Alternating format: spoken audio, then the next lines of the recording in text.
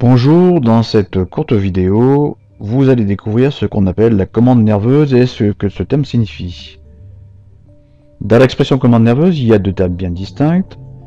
Nous allons d'abord expliquer ce qu'on appelle la commande, puis nous essaierons de savoir en quoi le système nerveux est mis en œuvre pour permettre cette commande de s'effectuer. Donc pour répondre au problème de la commande nerveuse, il est essentiel de partir de deux exemples.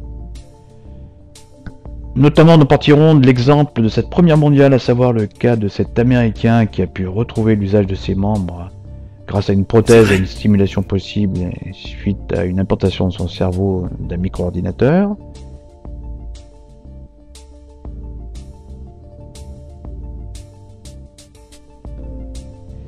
Et puis, nous prendrons l'exemple dans un deuxième temps d'un ancien joueur de tennis, Yannick Noah, qui a été vainqueur donc de Roland Garros en 1983.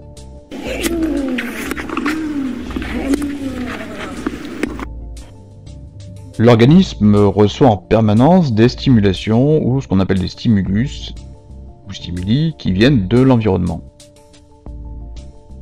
Les yeux sont des organes qui réagissent à la lumière et qui reçoivent par exemple une stimulation qui vient d'un objet comme une balle de tennis avec sa couleur, sa forme précise.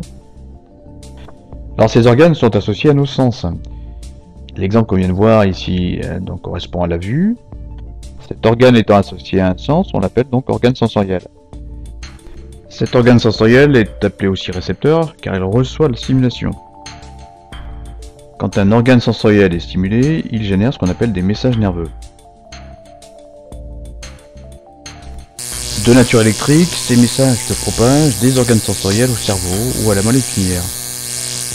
On les appelle messages sensitifs afférents. Ils empruntent ainsi le circuit des nerfs sensitifs. Le cerveau et la moelle épinière sont des centres nerveux.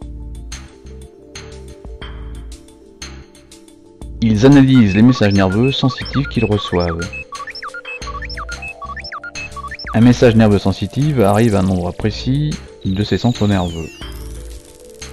Par exemple, les messages issus des yeux arrivent dans la partie arrière du cerveau, ce qu'on appelle la partie occipitale. Les centres nerveux peuvent alors élaborer de nouveaux messages nerveux, appelés messages efférents, parce qu'ils partent des centres nerveux. Ces messages nerveux empruntent alors d'autres nerfs et circulent jusqu'à certains organes. Par exemple, les nerfs moteurs sont spécialisés dans la communication des messages moteurs efférents vers les muscles. En conséquence, la réaction de l'individu peut être très variable, mais elle est souvent caractérisée par un mouvement et donc elle met en jeu la contraction des muscles qui permet ainsi un mouvement. Dans l'exemple du tennisman, la réaction est de taper dans la balle avec sa raquette et cela nécessite la contraction des muscles du bras, avec en outre ces dépassements évidemment de ses jambes, ce qui nécessite la contraction des muscles de celle-ci. Lorsqu'un organe reçoit un message efférent, c'est un ordre reçu du cerveau qu'il doit exécuter. On dit alors que c'est un organe effecteur, car c'est là où nous voyons les effets de la réponse. Ici, en l'occurrence, c'est un muscle qui reçoit l'ordre de se contracter.